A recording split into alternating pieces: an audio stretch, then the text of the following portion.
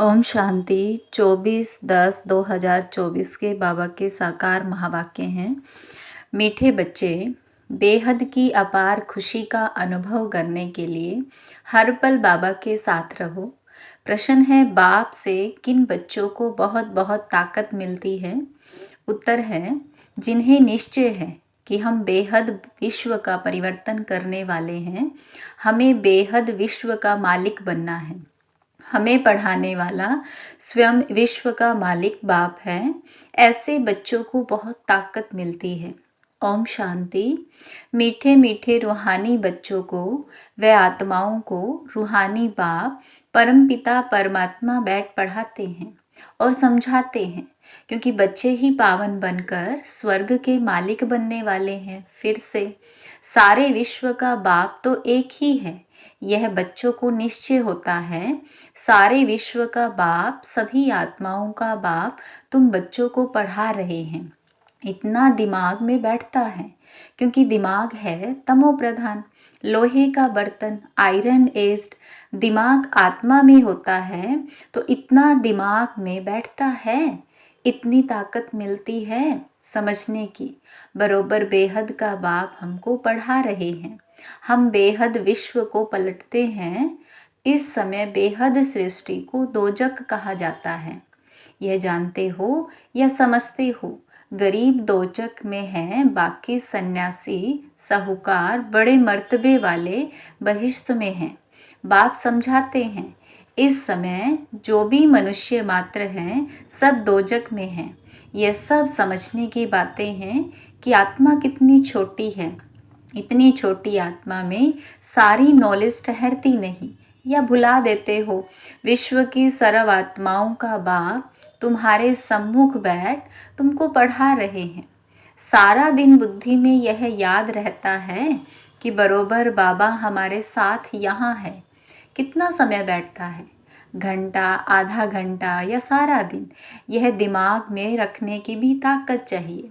ईश्वर परमपिता परमात्मा तुमको पढ़ाते हैं। बाहर में जब अपने घरों में रहते हो तो वहाँ साथ नहीं है। यहाँ प्रैक्टिकल में तुम्हारे साथ है। जैसे कोई का पति बाहर में, पत्नी यहाँ है, तो ऐसे थोड़े ही कहेंगे कि हमारे साथ है। बेहद का बाप तो एक ही है। बाप सब में तो नहीं है ना। बाप जरूर एक जगह बैठता होगा।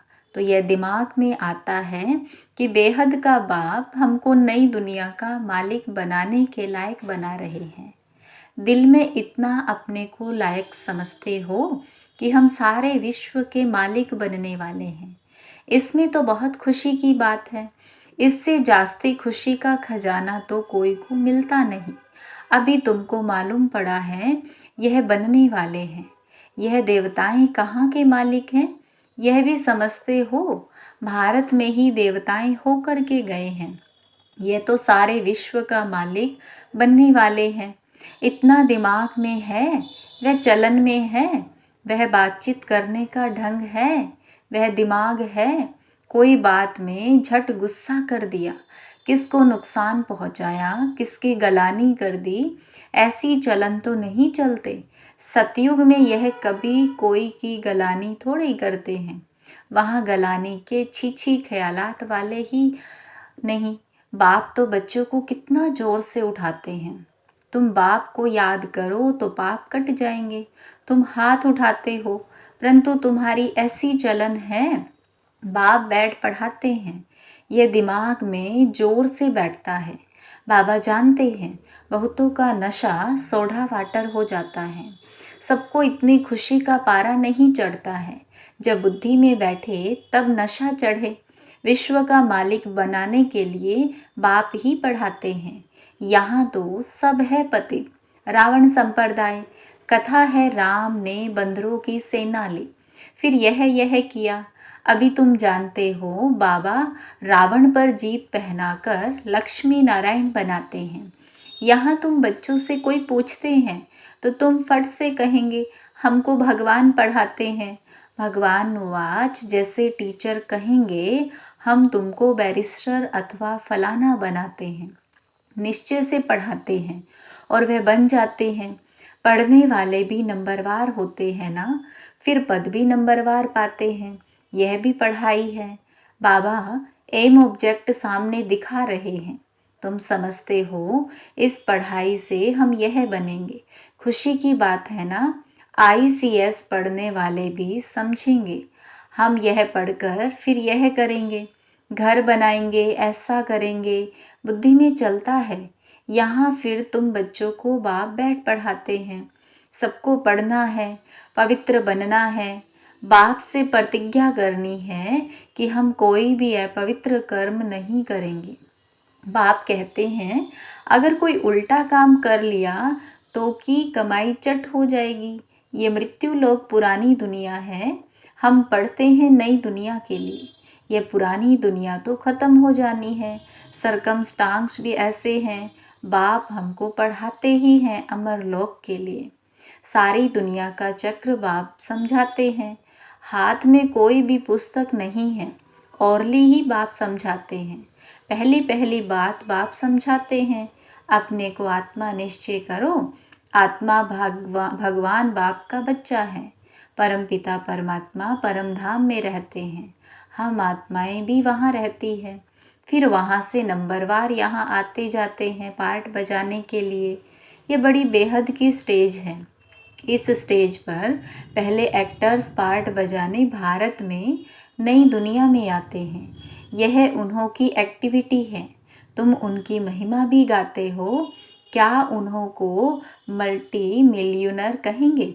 उन लोगों के पास तो अनगिनत अथाह धन रहता है। बाप तो ऐसे कहेंगे ना? यह लोग, क्योंकि बाप तो बेहद का है। यह भी ड्रामा बना हुआ है। तो जैसे शिव बाबा ने इन्हों को ऐसा साहूकार बनाया, तो भक्ति मार्ग में फिर उनका मंदिर बनाते हैं पूजा के लिए। पहले पहले उनकी पूजा करते हैं। जिसने पूज्य बनाया, बाप रोज रोज समझाते तो बहुत हैं नशा चढ़ाने के लिए, परंतु नंबरवार पुरुषार्थ अनुसार जो समझते हैं वह सर्विस में लगे रहते हैं, तो ताजे रहते हैं, नहीं तो बासी हो जाते हैं। बच्चे जानते हैं बरोबर ये भारत में राज्य करते थे तो और कोई धर्म नहीं था, डिडिज्म ही थी। फिर बाद में और धर्म आए हैं। अभी तुम समझते हो ये सृष्टि का चक्र कैसे फिरता है। स्कूल में एम ऑब्जेक्ट तो चाहिए ना। सतयुग आदि में यह राज्य करते थे, फिर 84 के चक्र में आए। बच्चे जानते हैं ये बेहद की पढ़ाई है। जन्म जन्मांतर तो हद की पढ़ाई पढ़ते आए हैं। इसमें बड़ा पक्का निश्चय चाहिए। सारी सृष्टि को पलटाने वाला, रिज्यूवनेंट करने वाला, अर्थात नर्क को स्वर्ग बनाने वाला बाप हमको पढ़ा रहे हैं।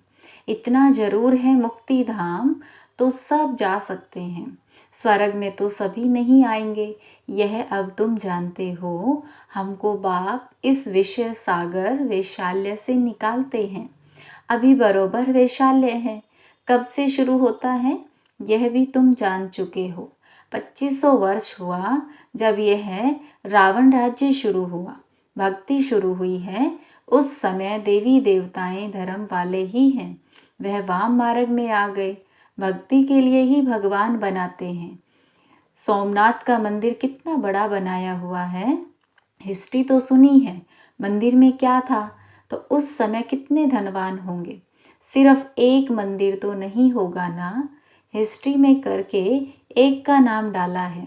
मंदिर तो बहुत से राजाएं बनाते हैं।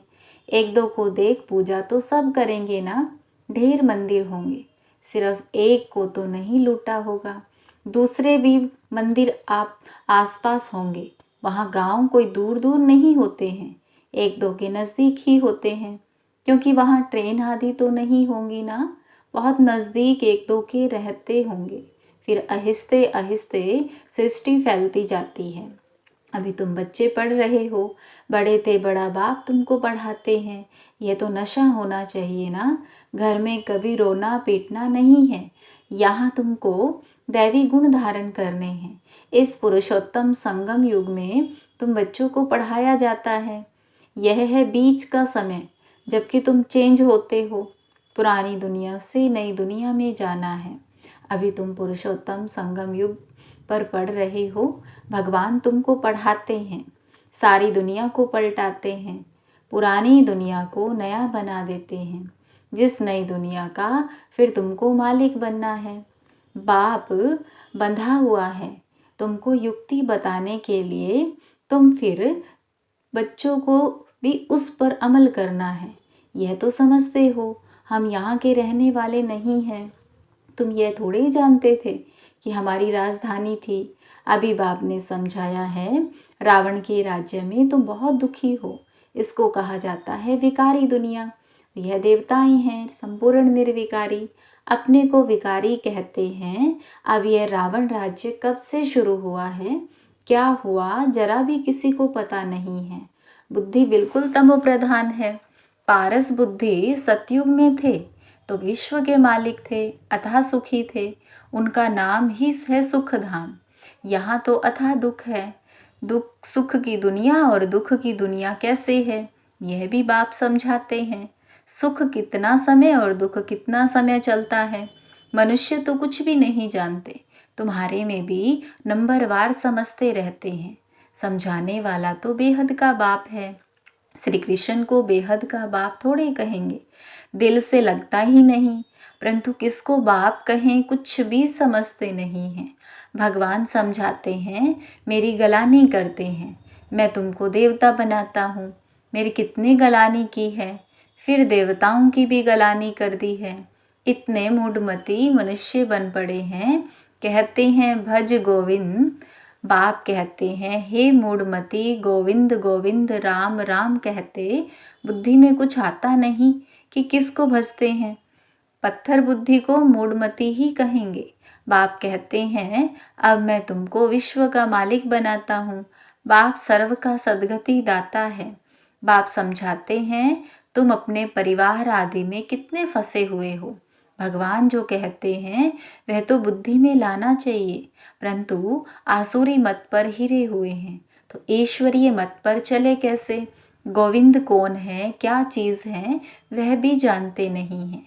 बाप समझाते हैं, तुम कहेंगे बाबा आपने अनेक बार हमें समझाया है, यह भी ड्रामा में नूंद है। बाबा हम फिर से आपसे ये वर्षा ले रहे हैं, हम नर से नारायण जरूर बनेंगे। स्टूडेंट को पढ़ाई का नशा जरूर रहता है, हम यह बनेंगे निश्चय रहता है। अब आप कहते हैं तुमको सर्वगुण संपन्न बनना है, कोई से क्रोध आदि नहीं करना है। देवताओं में 5 विकार होते नहीं, श्रीमत पर चलना चाहिए। श्रीमत पहले पहले कहती है अपने को आत्मा समझो। तुम आत्मा परम धाम से यहाँ आई हो पार्ट बजाने के लिए। ये तुम्हारा शरीर विनाशी है, आत्मा तो अविनाशी है। तो तुम अपने को आत्मा समझो। मैं आत्मा परम धाम से यहाँ आई हूँ पार्ट बजाने। अभी यहाँ दुखी होते हो, तब कहते हो मुक्ति धाम में जावे, परंतु तुमको पावन कौन बनाए, बुलाते भी एक को ही है। तो वह बाह पाकर कहते हैं, मेरे मीठे मीठे बच्चों, अपने को आत्मा समझो, देह नहीं समझो। मैं आत्माओं को बैठ समझाता हूँ, आत्माएं ही बुलाती हैं, हे पतित पावन आकर के पावन बनाओ। भारत में ही पावन थे, अब फिर बुलाते हैं, पतित से पावन बनाकर सुख धाम में ले चलो। श्री कृष्ण के साथ तुम्हारी प्रीत तो है।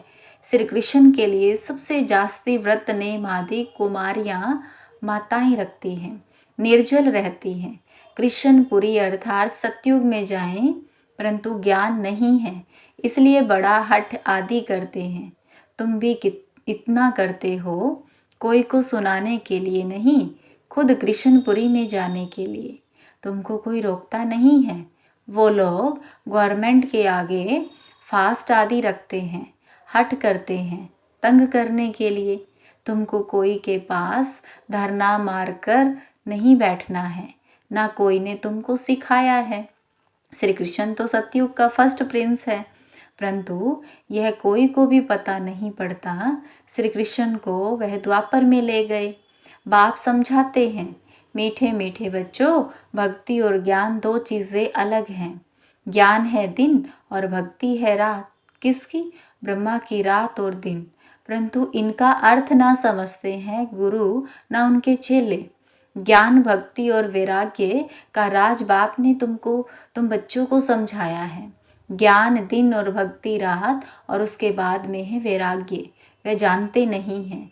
ज्ञान, भक्ति, वैराग्य अक्षर एक्यूरेट है, परंतु अर्थ नहीं जानते। अभी तुम बच्चे समझ गए हो, ज्ञान बाप देते हैं तो उससे दिन हो जाता है। भक्ति शुरू होती है तो रात कहा जाता है, क्योंकि धक्का खाना पड़ता है। ब्रह्मा की रात सो ब्राह्मणों की रात, फिर होता है दिन। ज्ञान से दिन और भक्ति से रात। रात में तुम वनवास में बैठे हो, फिर दिन में तुम कितना धनवान बन जाते हो।